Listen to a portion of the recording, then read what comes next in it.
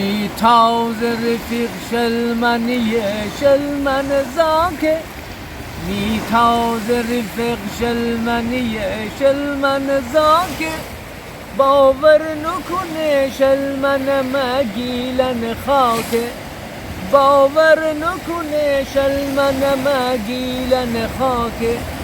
هر دم گوی شلمن اتو شلمن اتو شلمن نگو شلمن بگو آلمان هر دم گوی شلمن اتو شلمن اتو شلمن نگو شلمن بگو آلمان شلمن شلمن شلمن بختر جي فلسطين وجي لبنان شلمان شلمان شلمان بختر جي فرنسا وجي ألمان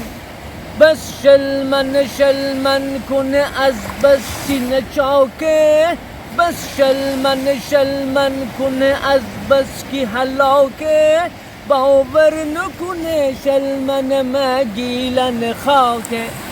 باور نکنه شلمن مگیلن خاکه شلمن در رودخانه و مایی شلمن توت بغدار و چایی شلمن در رودخانه و مایی شلمن توت بغدار و چایی شلمن همه سرسبز و بجاره شلمن گر باغ اناره بس شلمن شلمن کنه از بس کی هلاکه بس شلمن شلمن کنه از بس کی هلاکه باور نکنه شلمن مگیلن خاکه باور نکنه شلمن مگیلن خاکه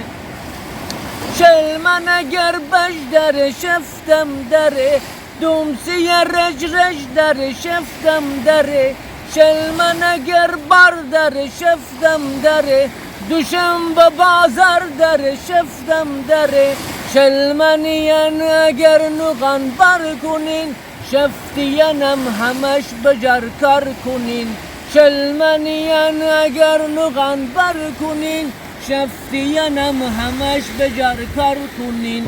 خرمی از هر جای گیلن بره شلمن و شفت و لهیجان کی نره شلمن و شفت و لهیجان کی نره شلمن فومن لاجن بختر جي فلسطين وجي لبنان شلمان فومان لاجن بختر جي فرنسا وجي آلمان امروز سه‌شنبه 27